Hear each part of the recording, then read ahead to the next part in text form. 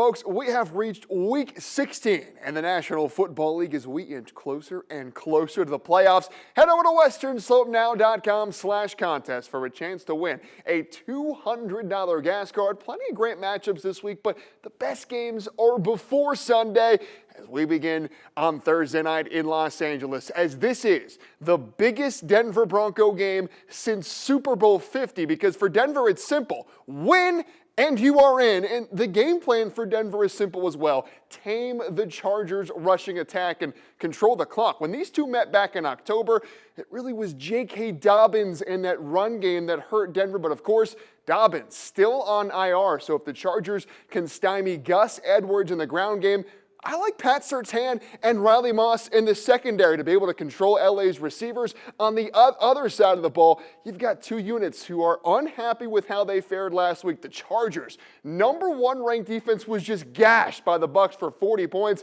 as Bo Nix and the offense did not have their best output despite the win over Indy. I think both defenses come to play in this game with so much on the line as we get a low-scoring affair at SoFi.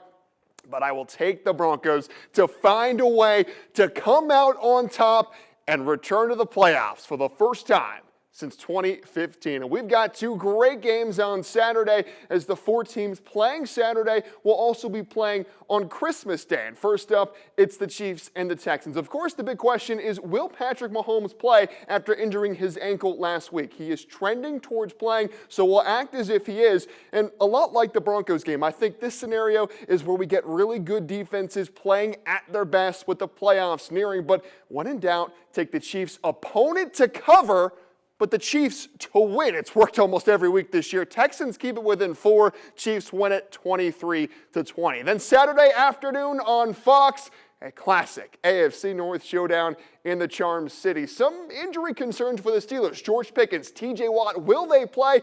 I'm not sure. But what I am sure about is how good the Steelers are under Mike Tomlin as a road underdog. And they're getting a hefty 6.5 points for this one. But there's just something about the Baltimore Ravens right now. People have kind of forgotten about them as everyone praises the Bills and the Eagles. They still have Lamar Jackson, who's having an MVP caliber season. They still have Derrick Henry, who's basically a tractor in the backfield.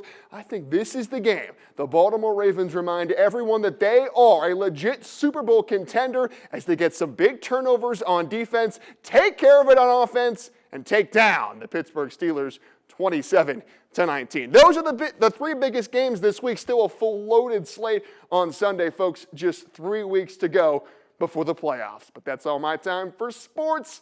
I'm Big Will Evanson.